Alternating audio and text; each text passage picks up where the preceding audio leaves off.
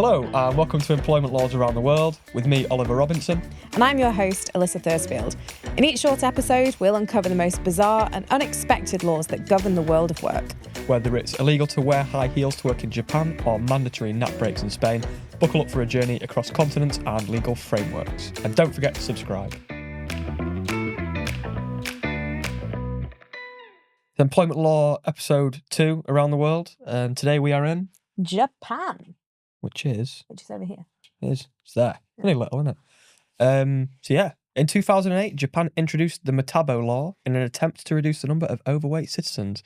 The law requires the companies to measure employees aged between 40 and 75 to make sure that their waistlines don't fall outside of the limit. You pointed out, I didn't realise that the Metabo bit is metabolism.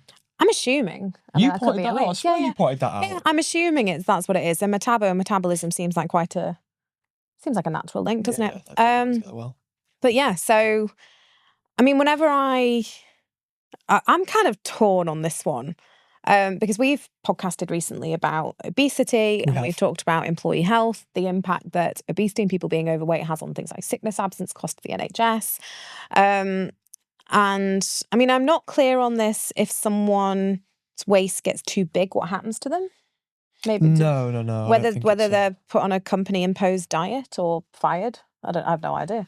Yeah, I mean, I get the sentiment, but like sometimes people just got big waists, like they hold their weight there. So I'm sure there is a medical link, isn't there? So they say that you can check how healthy you are in terms of your weight by BMI, but then your waist to height ratio is that a thing? Is apparently a really good indicator. And I think particularly for men, I mean, that could be a massive generalization, but I think particularly for men, your waist size as you get older is a key indicator of how healthy you are. Mm-hmm. So if you're carrying a lot of weight around your waist, that it's an indicator that you've got, the bad fat, like it's visceral fat, around your organs and stuff.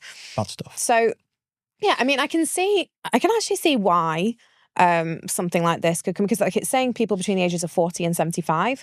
So older people where perhaps carrying additional weight could then end up with additional health complications for people. So if we're talking around keeping the workforce and the country healthy, but then there's also that kind of traversing into people's private lives and their ability to kind of live their good curvy life.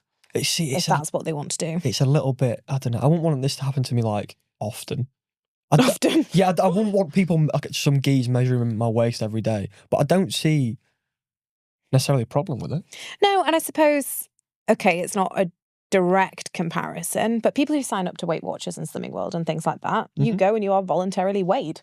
Yeah. You in a room, I don't know if it's a room full of people. Is that, what was that Little Britain? Fat fighters. The fat fighters where they shame them in front of a whole room. So I would assume that one. From the dust on. I would assume that this is maybe not done publicly. Like a bit like school assembly, all line up and it's like, fatty, come here. One at a time. And, publicly shame someone who perhaps gains a little bit. I would hope that this is done in private with dignity by HR, and that if someone's waistline is starting to show a gradient in the wrong direction, that there's a supportive conversation about what the company can offer in terms of support, like we talked about in our obesity one. But yeah, as a general concept, I mean, in the UK, we don't really step into people's lives to this extent, do we? It's somewhat invasive, but as it says here, Japan has one of the lowest obesity rates of any country in the developed world, so it must be working. They do, but they've got sushi, haven't they? You like sushi, don't you? I love my sushi. I do. There's at least one little box of it in the fridge when I turn up on a Wednesday. There's loads of sauces this morning. Is there? I had sushi last night, but I did manage to eat all of it. But high protein and generally, it's low calorie for what you eat. Yeah. So I think there's a very different attitude to weight in the Far East, isn't there, compared to sort of Western world, particularly when you compare perhaps China, Japan to the States. Oh, God, where the States is very much kind of embraced. And I think if you suggested this in America, I think there'd be quite almost like an aggressive reaction to it. I'll say the word. I'll use the word, and I don't use this often. I'd say there might be a revolution. Revolution, yeah, possibly. Something might kick off. But my only other thing here is, so they're saying between the ages of 40 and 75. I mean, I like to think that I'm probably going to spend most of my life trying to stay in shape. By the time I get to my 70s, maybe leave me alone. Yeah, mate. I think that's maybe pushing it a little bit. And also, I don't really want to be working at 75. No. So yeah, I can see where they're coming from, and I can see the health benefits of helping people to monitor it, but by having it as a law, it's a bit much, ain't very it? heavy-handed. Could be a policy. I don't know. Sum it up though. What do you reckon? Good or bad? Is there a grey area we can occupy here, perhaps? I'm going to say, because I'm assuming this is well intended, that rather than it being like we must control our people, it's around health and reducing, the weight on, and that's not a pun, reducing the weight on health services and helping promote presenteeism at work.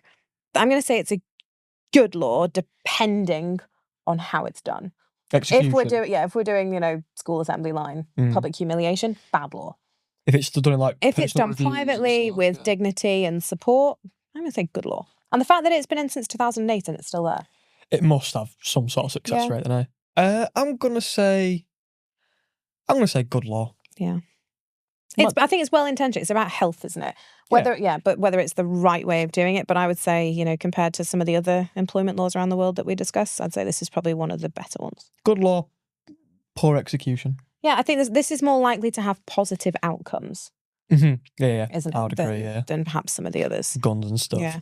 Because when we talked about on our podcast about the employee who was so obese that they needed the specialist chairs and ultimately, they succumbed to their weight and the health conditions that followed, for a Japanese employer, that wouldn't even be an issue. No, nip it in the bud. So yeah, good law. Good law. Good law. That wraps up another episode of Employment Laws Around the World podcast. We hope you enjoyed this dive into the world of peculiar employment regulations. If you found these quirky laws as intriguing as we did, don't forget to subscribe for more episodes and tune into our HRER podcast too, of course. After all, knowledge is power, even when it comes to the weird and wonderful world of employment law.